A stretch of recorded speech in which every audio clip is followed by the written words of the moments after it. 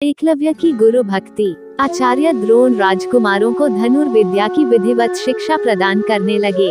उन राजकुमारों में अर्जुन के अत्यंत प्रतिभावान तथा गुरु भक्त होने के कारण वे द्रोणाचार्य के प्रिय शिष्य थे।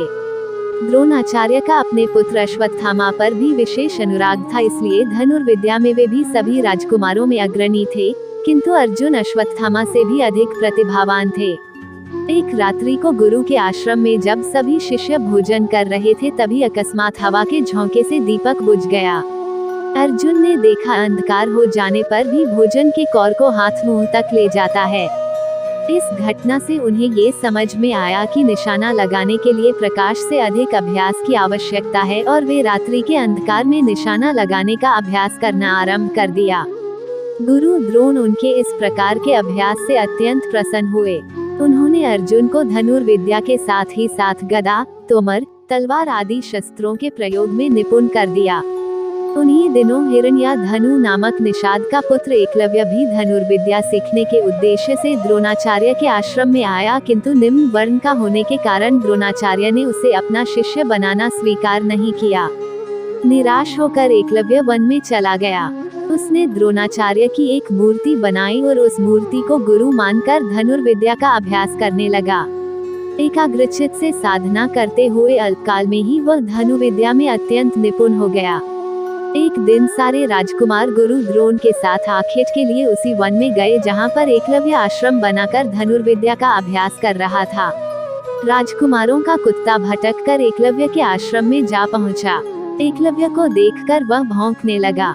इससे क्रोधित होकर एकलव्य ने उस कुत्ते अपना बाण चला कर उसके मुंह को बाणों से भर दिया। एकलव्य ने इस कौशल से बाण चलाए थे कि कुत्ते को किसी प्रकार की चोट नहीं लगी, किंतु बाणों से बिंध जाने के कारण उसका भौंकना बंद हो गया। कुत्ते के लौटने पर जब अर्जुन ने धनुर्विद्या के उस कौशल को देखा तो वे द्रोणाचार्य से बोले, हे गुरुदेव, इस कुत्ते के मुंह में जिस कौशल से बाण चलाए गए हैं, उससे तो प्रतीत होता है कि यहाँ पर कोई मुझसे भी बड़ा धनुर्धर रहता है। अपने सभी शिष्यों को लेकर द्रोणाचार्य एकलव्य के पास पहुँचे और पूछे, हे वत्स, क्या ये बाण तुम्ही ने चलाए हैं? एकलव्य के स्वीकार करने पर उन्होंने पुनः प्रश्न किया, तुम्हें धनुर्विद्या की शिक्षा देने वाले कौन हैं? एकलव्य ने उत्तर दिया, गुरुदेव, मैंने तो आपको ही गुरु स्वीकार करके धनुर्विद्या सीखी है।